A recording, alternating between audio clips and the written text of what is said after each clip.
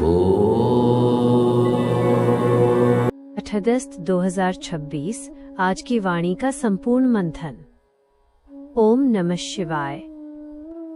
4 मुख्य पॉइंट्स समझानी एवं उदाहरण। 1. आदि सो अंत और अंत का बचपन। समझानी।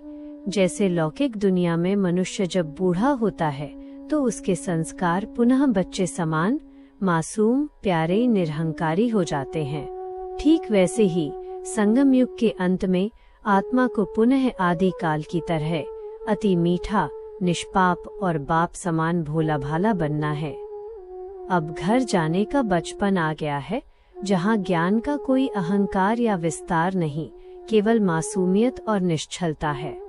उदाहरण, लौकिक जीवन में जब बूढ़ा व्यक्ति शरीर छोड़ने के करीब होता है तो उसमें बचपन के संस्कार इमर्ज हो जाते हैं। वो विकार जीत हो जाता है और छोटी छोटी बातों में बाल सुलभ व्यवहार करने लगता है। 2. योग नहीं, केवल दिल की याद और अटूट प्यार।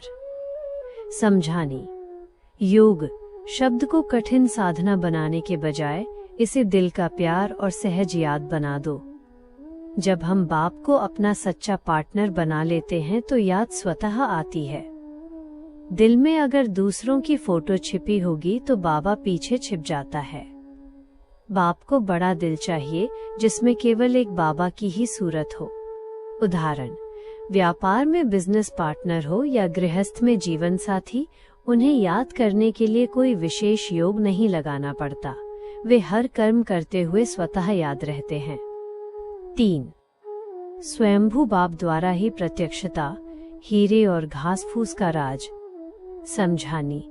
बच्चे सोचते हैं कि वे बाप को प्रत्यक्ष करेंगे, परंतु वास्तव में सर्वशक्तिमान परमात्मा स्वयं अपने अनन्य बच्चों को प्रत्यक्ष करता है। गुप्त वेश और साधारण तन में बाप को पहचानना ही असली पहचान है। अब समय आ गया है जब बाबा घास फूस में से सच्चे हीरे, मुख्य पात्रों को निकालकर विश्व के सामने लाएगा। उदाहरण, एक सुंदर डिब्बी में जब थोड़ा घास फूस रखकर उस पर हीरा रखा जाता है तो उस घास की भी कीमत बन जाती है, परंतु जैसे ही डिब्बी से हीरा निकाल लिया जाता है वो घास फूस मूल्यहीन हो जाता है। मूल्य उस हीरे अतुलनीय आत्माओं का ही है। 4. ज्ञान के विस्तार को समेटना और एकाग्रता। समझानी। अब ज्ञान के विस्तार में जाने का समय समाप्त हो चुका है। यदि अब भी विस्तार में भटकेंगे तो बुद्धि मुझ जाएगी और उदासी व उबासी आएगी। सारा ज्ञान बस इस एक सार बिंदु में समाया हुआ है, एक मैं आत्मा और एक मेरा बाबा, बस। उदाहरण, जैसे वृक्ष का सारा विस्तार अंत में एक छोटे से बीज में समा जाता है, वैसे ही बुद्धि को समेटकर परमधाम में बिंदु बनकर बाबा से चिपक जाना है। स्वमान। मैं भगवान द्वारा चुना हुआ श्रेष्ठ भाग्यशाली बाप समान निष्पाप और अति मीठा भोला भाला हीरा हूँ। वरदान। नंबर 1, लक्ष्यधारी भव। आप बच्चे हर एक सदा 108 की माला में आने का लक्ष्य रखो। लक्ष्य श्रेष्ठ होगा तो लक्षण भी ऑटोमेटिकली आ जाएंगे। 16,000 का लक्ष्य कभी नहीं करना।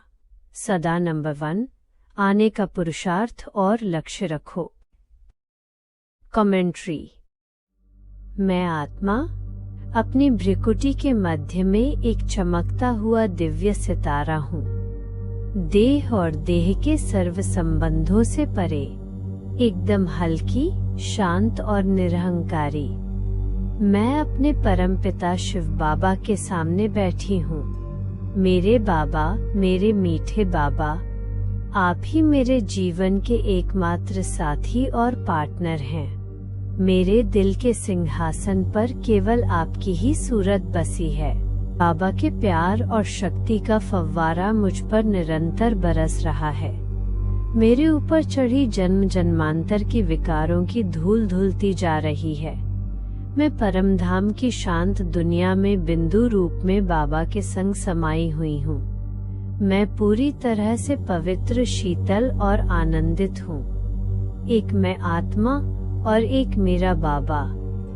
ओम नमः शिवाय।